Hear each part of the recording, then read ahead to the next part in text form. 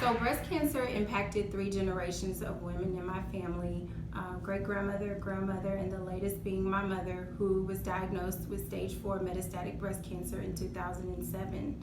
I was 18 years old and I didn't know what was about to happen. My mom was the heartbeat of our home, and this just hit us. And this was at the time when I really needed my mother. I was ending high school and going into college, and shortly after shortly after my mother passed away, my dad was diagnosed with prostate cancer. And I remember asking myself, I was like, what is going on? I knew my family history. I knew my mother had just passed away. And then now my dad being impacted by prostate cancer, I felt like I was next.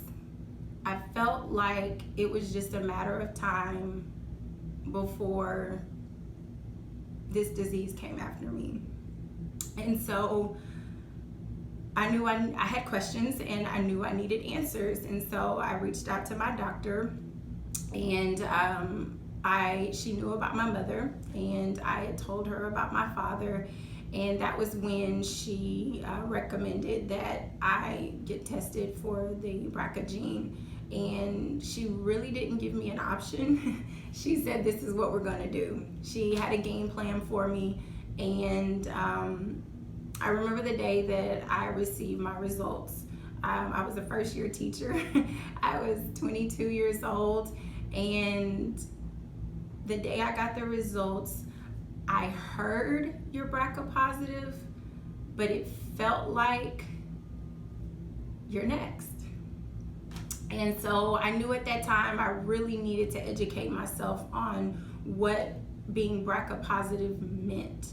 I knew that it was my responsibility to educate myself, and it was my responsibility to reach out to my doctors to begin to know how we can navigate through my care plan going forward. And so fast forwarding 10 years of surveillance and having a double mastectomy, a preventative double mastectomy, I was physically ready for the surgery. I lived a very active and healthy lifestyle. I eat pretty good, but I was not ready for the emotional journey.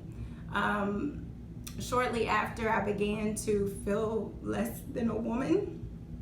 I began to feel like my breasts defined me, and I began to question how my body looked in front of my husband. And so those are all some emotional challenges that I had to overcome, but I overcame them. I had a very strong support system, and I realized that my breasts do not define me. My character defines me. I had to realize that that although I would no longer be able to breastfeed any more babies, that I would be here for my babies. And my husband reminded me, and still reminds me every day, that my body is beautiful and to embrace my scars because they tell my story.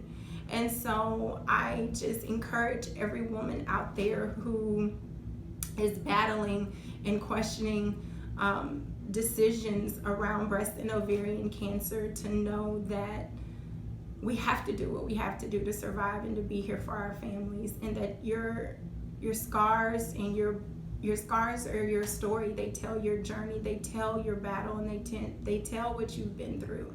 And I just say embrace it.